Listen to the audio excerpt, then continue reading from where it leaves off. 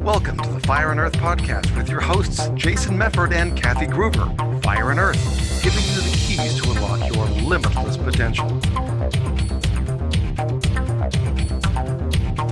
Welcome to another episode of the Fire and Earth podcast. I'm your co-host, Jason Mefford. And I am Kathy Groover, and we are so excited to be here today. It is morning when we're recording this, and we were talking before we got on the air about sleep and good sleep and sleepiness, and how some days you just wake up and and you wish you could go back to bed. Sometimes you can, sometimes you can't. So we thought we'd talk about good sleep today and how that affects you and how you can improve your sleep hygiene to get through the night easier. Well, and this is one of those important things, right? There's some simple things for health that if people do, like, drink more water. That's a pretty simple thing, but most people don't drink enough water, right? And sleep is one of those things too. I mean, most of us don't get enough or good enough sleep when we're there, right? Because a lot of times there's the tossing and the turning and the everything else, or getting up and going back, and it ends up really kind of messing with your sleep cycle. Yep. And because of that, we wake up and we're exhausted, right? And so you start the day tired, and it's hard. And the other thing too, there's a lot of research that has been done too, that a lot of our physical ailments actually is a result of not sleeping well. So we want to have a good night's rest. So how do we do that, Kathy? Oh, I thought you knew. Oh, geez, this is going to be a long or a short episode now, right? I do know. I actually have a chapter in this in one of my books, so I do know. I knew you did. I knew, yes. So the first thing is, everybody always asks me, what kind of bed should I get? What kind of pillow do you recommend? I don't know. Nobody can tell you that. Oh, interesting. That's the first question people are usually asking you. That is the first, when we're talking about sleep, that's the first thing they say. I don't like my pillow. I can't help you. You have to find what works for you.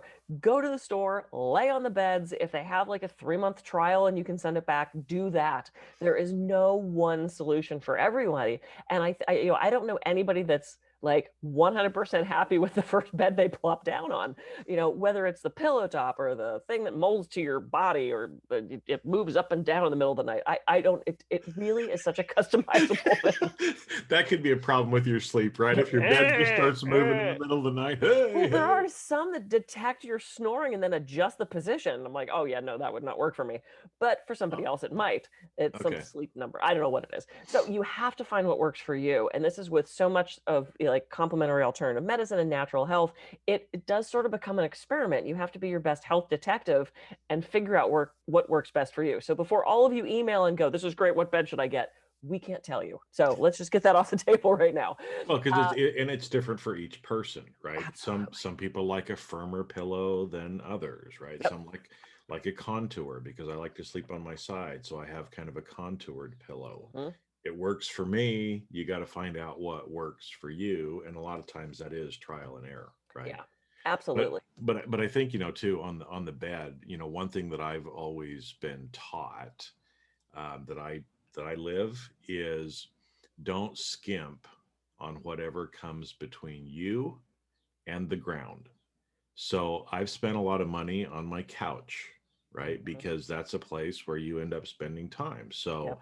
I don't have a cheap couch that hurts my back.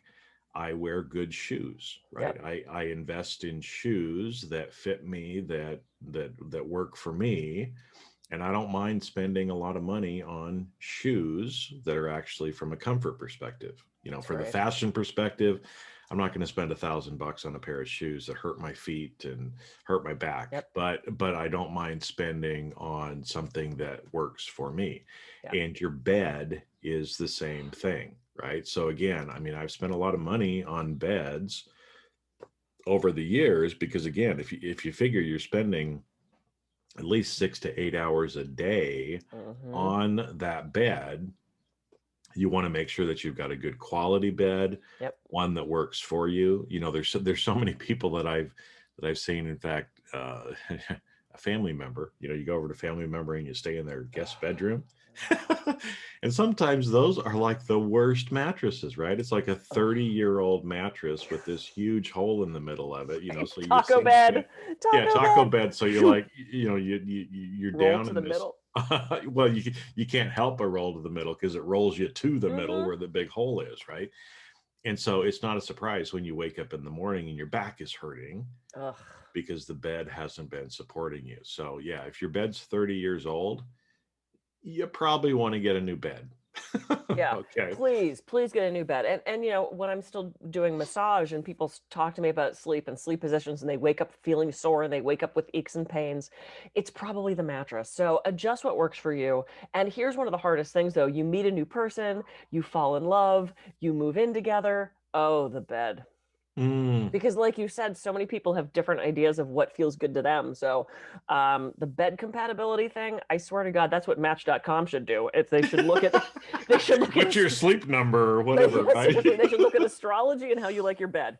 Those are the two things that are important. No. Okay, so we got the bed covered. So let's just and this is so common stuff, but let's go over it again. Is actually sleep hygiene in the bedroom. Make sure it's dark. Make sure it's quiet. Make sure you don't have pets jumping all over you. And that's one of the problems that I face now is because we sleep in a loft. The cat has full access to the house, full access to the bed. There's no way to keep him out. So in the middle of the night, he's jumping on us and he's crunching his food and he's playing with my face and he's, it's disturbing. So if you can, and I know we love our pets, try not to have them climbing all over you. I've had clients where the dog takes up most of the bed and they're shoved in a corner because they don't want to move the dog. The dog doesn't have to go to work tomorrow. I know you love your pet. Get the dog out of the bed. Or they're severely allergic and they're sleeping with a cat on their face. It's like, come on, like let's use your head on this. So dark, quiet, get the pets out, get the kids out if you can. If you need a white noise machine to cancel out the trash truck or the kids down the street, do that. Don't do anything crazy, exciting, upsetting that last half hour before you go to sleep. That last half hour is when we should be winding down. That's when our brain starts to process, what are we going to throw away? What are we going to prune into memories? Don't read your computer or your tablet in bed. That blue light is really bad for you. There's just some sort of logical stuff to help us make sure we're getting sleep so that we're more productive the next day. Well, and on a couple of those, again, simple things, right? I mean, as humans, usually when the sun goes down for us, biologically, it means it's time to sleep. So, I know there's people with crazy work schedules. Oh, Some people work at night. So whatever you can do though to try to have your wherever you're sleeping darker, right, is yeah, going to help you because your body, again, whether it's really light outside or not, it's going to see that it's dark around you, which means you should be going to sleep. yeah, The other thing too is, kind of, I don't know how to say this the right way, but it's like make where you sleep a little sanctuary for you. yeah. So, I have never been one to read in bed, to watch TV in bed. I don't do that, right? So there's no TV in my bedroom. I don't Mhm. sleep, I don't read in bed. If I can't sleep, I'm going to get up Yep. and go read in the living room, right? And then come back to bed. But the reason for that, there's actually a little, it's a subconscious thing too, right? Is that we program ourselves. And so if you're used to getting in your bed and watching TV Or right now working. or working, now all of a Oh, sudden your body's like, well, am I supposed to go to sleep or am I supposed to be working? Right. And we actually train ourselves that way too. So, the more you do other activities like that in your bed, the harder it's going to be for you to sleep as yeah, well.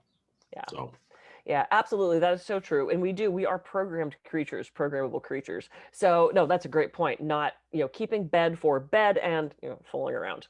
That'll be a separate show. Maybe not. It's raw and unscripted. So you never yeah, know. there we go. So We've got the let's little E next to it. We can talk yeah, about it if you want to, right? exactly. Exactly. So let's talk. Okay, so your sleep hygiene's great. Your bed is phenomenal. You're still having trouble. There's a couple supplements that can help. Valerian root is an herb. It's stinky and it tastes terrible, but it's really good at helping you sleep. Maybe chamomile tea, something to help you wind down and turn things off before you go to sleep. If you need more than that, there are amazing homeopathics products that help with sleep. There's one called Moon Drops that I really, really like. They look like teeny little communion wafers. They're so cute. But they melt and literally they knock you out. I mean, they're just so good. And then there's tryptophan and 5-HTP and melatonin, which is a natural hormone the body produces anyway. Those are things that you can start to experiment with. Do not take tryptophan or 5-HTP if you're on an SSRI for depression. That can cause some chemical problems in the brain. You don't want to do that. And those are sort of the last resort. And then the last resort is prescription stuff. And, if you're getting on an overnight flight and you need to pop an Ambien, do that. Make sure you don't sleepwalk or you run around the plane nude in the middle of the night and not know it. That could be a thing. It's a thing. It can be a thing. I know. It could be a thing. You laugh, but it's a thing. It's a thing. But those things are really addictive if you're relying on chemicals to sleep. At some point, your body goes, "Oh, cool! I don't even have to do this anymore," and then it's relying on those chemicals. So just be careful if you need to turn to that kind of medication. It can not be great for you. Well, and that's similar to the bed that we just talked about too, right? Some of these things work well for people. I've tried to take melatonin before; it doesn't really do anything for me. Yeah. So I've experimented with it; it doesn't work for me. So do some Google searches, because again, I mean, we find out for yourself what you think and what you feel like is going to work for you. Try it out. If it doesn't work, move on to something else, right? Yeah.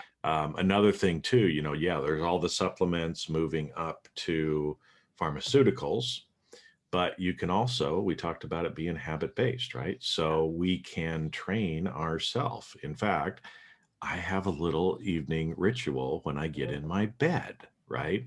And so you can even do some things like that. We'll talk more about the 30 minutes because I think we want to hit more on that too, because that really is an important time.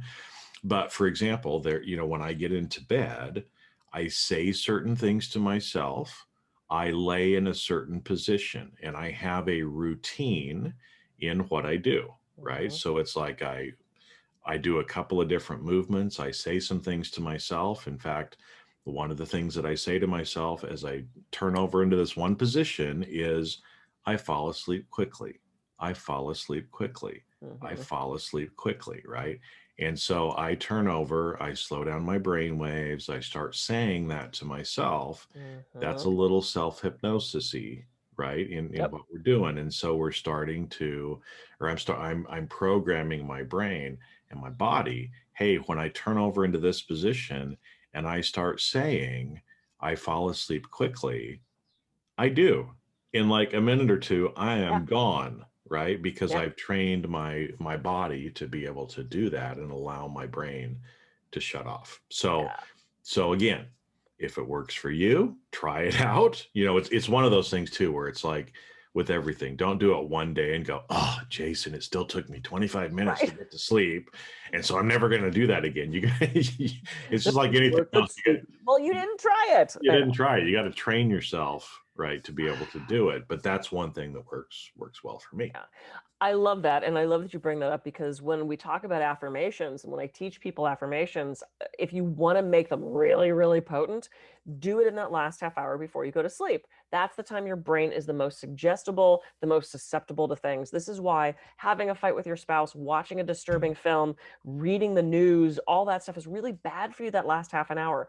It's the time to turn things down, not to turn things up. So my bedtime ritual is I climb the ladder, tick, tick, tick, tick, water. I do my mental bank, which involves affirmations, close all that up, go to sleep. Sometimes I am a read in bed person. I love reading in bed. It's harder now because that I need these and the lighting is shit. I'm like, it's so frustrating. It's like, I want to be able to read and it's harder. So I might read. I try not to do things on my phone. I'm doing Noom right now and there's daily programs that you have to do. So if I got to the end of the day and went, oh crap, I didn't read that little paragraph, I might. But I'm not a big reader. I don't read books on the phone. I don't have an e-reader, that sort of thing, a tablet. I read a book. You remember those hard things with paper and ink? Yeah, okay. Really cool. You can hold them and feel them. They're great. And then same thing as you, I get into, there's one fall asleep position and then I'm out, So let's talk about the ego state aspect of this though. You wake up in the middle of the night and your to-do list maker's going, ooh, tomorrow morning you have this thing. What if? What if we just shut up and go to sleep? Well, and that's where allowing comes in too, right? Because Mm. if you wake up like that, because one of the other things I was going to say is, in that 30-minute cool down period, Mm-hmm. in fact, I think the latest version, or anyway, I was doing something on my phone, and Apple has the sleep time kind of thing where you can Yep. set, hey, I want to go to sleep at this time and wake up at this time. And one of the prompts is, would you like a quiet down period, or something that they call it, right? Nice. And so it'll actually silence your phone or put it on do not disturb a half an hour before you go to bed. Oh. Okay. So the half an hour is important if you're still on a device using blue light glasses, right? Like my reading glasses have the blue light stuff in Nice. it. So that helps you to settle down, because again, the bright light from the electronic devices mimics light. And so again, it makes you feel like it's not really time to go to bed, because Yep. you've just been looking at the sun for the last 30 minutes, right? Okay. So excuse me. So there's that. But again, it's those things that you do 30 minutes before you go to bed that is what you are most suggestible about when you go to bed. Yep. So it's not a surprise, again, if you watch a scary movie, chances are you might have some nightmares, because if you finish that movie, you go right to bed, those things are going to be playing out in your mind. So again, I'm not telling you don't watch scary movies. If you like it, fine. Yeah. But do something else a half an hour to hour before you go to bed that's going to not make you more susceptible to having nightmares. Yep. Right? Yep. Yep. And let me throw something on top of that people think is a good way to fall asleep. Scalding hot bath, jump in the jacuzzi or the hot tub. That is actually really bad for you right before you go to bed. One, it's dehydrating. And two, it relaxes your muscles, which is great, except then you get into bed and then your muscles cool down. And so often you can wake up with a headache, with a neck ache, with aches and pains, because your body was in this like malleable, pliable thing. And then you fall asleep like this, and you wake up the next morning going, uh-oh. Can't move. I can't move. So, if you want to do a hot bath or a jacuzzi, that's great, but do it earlier so that your body has time to like cool down and you can still move before you jump into bed. I would get out of a scalding bath and go straight to sleep because it tires you out. And I would wake up with a headache. I would wake up feeling awful. My neck would hurt. My shoulder would be wonky. So, don't jump out of the water straight into a bed. Well, and one thing too that you mentioned, because I know a lot of people do struggle with this. They'll wake up at 2:00 in the morning with that to-do list in their mind, right? Yep. So one of the things you can do too in the 30 minutes is, hey, if there's something you haven't gotten done yet, just do it and take care of it so your brain doesn't have to worry about it. Yeah. Right. So that's like you were saying with Noom or whatever you're using. It's, if at the end of the day you haven't done everything that you needed to, just take care of it and then just allow yourself to sleep and realize that I'll take care of whatever else needs to be done tomorrow. Yeah. I can allow myself this time to go to sleep. In fact, doing that will make you much more productive tomorrow whenever you've got to deal with whatever you've got to deal with. Yep. And let's say this, do it if it's something that is easy to do. If it's, I need to start from scratch and do my taxes. Don't start your taxes right before you go to bed. That's probably not the time to start, but you might be able to do a brain dump where you sit there and you go, okay, tomorrow, what am I going to do tomorrow? I need to start the taxes. I need to pay the mortgage. I need to call my mother-in-law. And then put it away. You've written it down. It's out of your brain. Tell yourself, hey, look, I appreciate you going through the to-do list. Again, we've written it down.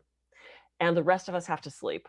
So if you can just quiet that down and trust that I'm going to do this first thing tomorrow. And then normally I start to have that conversation with myself. By the time I get 2 sentences in, I'm out, because the other ego states, if you don't know ego states, go back and watch the ego state one.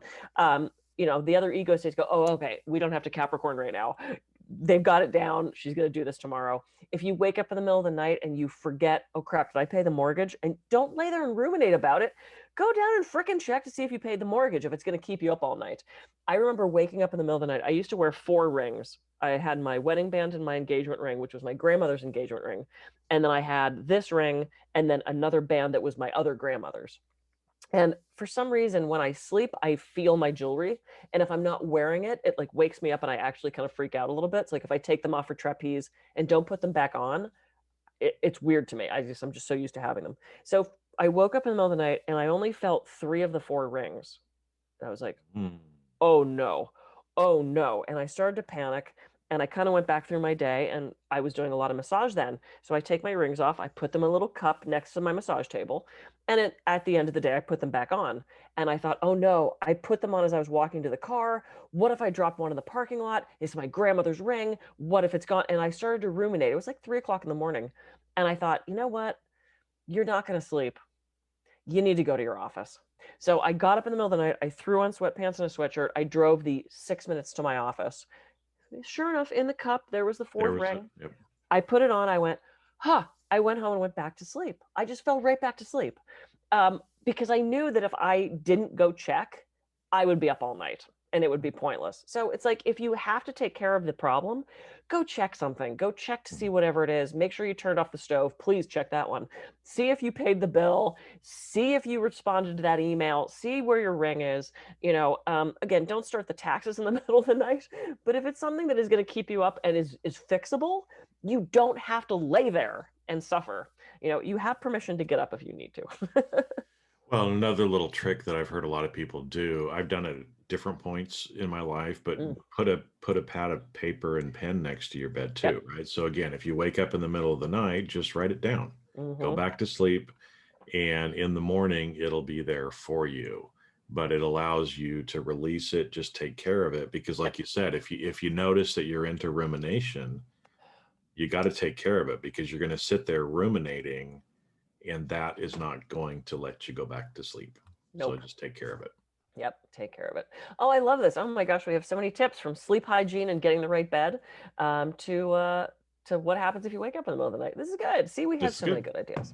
Well, yes. I think we knew what we were talking about on this one, even though at the beginning people were like, oh no, maybe I need to stop the podcast because these people don't know what they're talking about. We always know it. Well, maybe not always. Not always. Between the two of us, we're pretty smart. I know. I got half a brain. You got more than half a brain. Together, we're just fine, right? I think we have at least a brain. Yeah, there we go. Perfect. All right. So, hey, this has been fabulous. Go have a great night's sleep. If you have problems, really just sit down and think about some of the stuff that we suggested. There's so much more out there. Like I said, I actually mention it in 2 of my books. I talk about sleep and going to sleep. So, pick those up too. I'm Kathy Gruber. I can be reached at kathygruber.com. And I'm Jason Mefford. I can be reached at jasonmefford.com.